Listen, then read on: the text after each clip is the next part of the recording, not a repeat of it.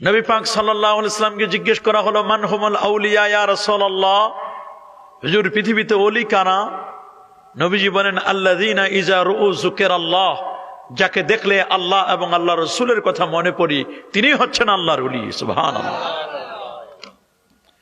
আরেকজনকে জিজ্ঞেস করা হলো, আমরা কেমনে বুঝবো ইয়া রাসূলুল্লাহ যে এই লোকটির মধ্যে বেলায়েত আছে, কেমনে বুঝবো তিনি ওলি?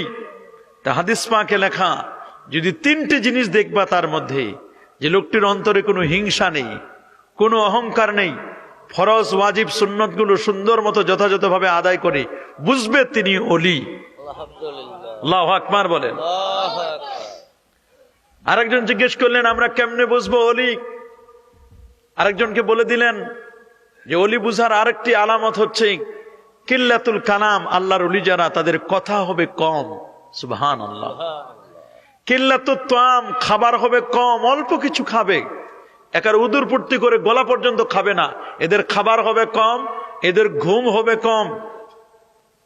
কিল্লাতুন নাওম, ঘুম হবে কম, এরা রাত্র 3টার পর আর বিছানায় থাকবে না, 3টার দিক বিছানা থেকে আলাদা হয়ে, তাতাজাফা জুনুবুহুম আনিল মাদাজে, বিছানা থেকে আলাদা হয়ে ওরা সুন্দর করে উজু করে ওরা জায়নামাজে দাঁড়িয়ে তাহাজ্জুদ পড়বে। আল্লাহু আকবার। ওয়াল্লাযীনা ইয়াবিতুনা লিরাব্বিহিম সুজদান ওয়া কিয়ামা, রাতের বেলায় ঘুম থেকে জাগ্রত হয়ে তারা সিজদায় পড়ে থাকবেন, এরাই হবেন আল্লাহর ওলি। আল্লাহু আকবার বলেন। আমাদের দেশের সুফি ওলি বলি কাদেরকে? হিংসার পটলালয়ে ঘুরে, খালি হিংসা, অহংকার, দেমাগ, ক্ষমতা, এগুলো মনে করি আমরা, মনে হয় এগুলো আল্লাহর ওলি, এগুলো মনে হয় সুফি সাহেব। সুফি না এগুলো, এগুলো কি সুফি? সুফি মানে যার দিলটা সাফ। সুবহানাল্লাহ। সুফি মানে যার দিলে কোনো হিংসা নাই, ওলি মানে যার দিলে কোনো হিংসা নাই, উনি সবার জন্য ওলি। আল্লাহু আকবার। ওলি মানে যিনি মানুষের পর উপকার করে, আল্লাহর সাথে যেমন সম্পর্ক, মানুষের সাথেও তার সম্পর্ক আছে। সুবহানাল্লাহ বলেন। মানুষের উপকার করে।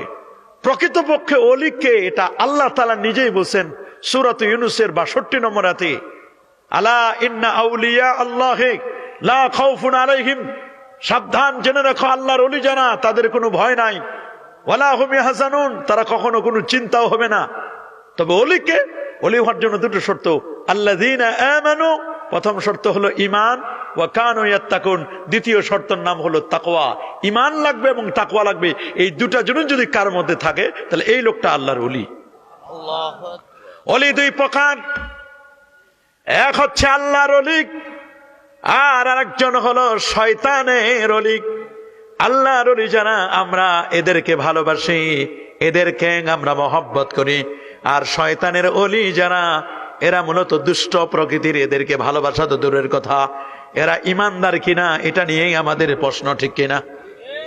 আল্লাহ রাব্বুল আলামিন বলেন, আল্লাহু ওয়ালিয়্যুল্লাযীনা আমানু ইউখরিজুহুম মিনাজ যুলুমাতি ইলান নূর ওয়াল্লাযীনা কাফারু أولياؤهم الطاغوت يخرجونهم من النور إلى الظلمات أولئك أصحاب النار هم فيها خالدون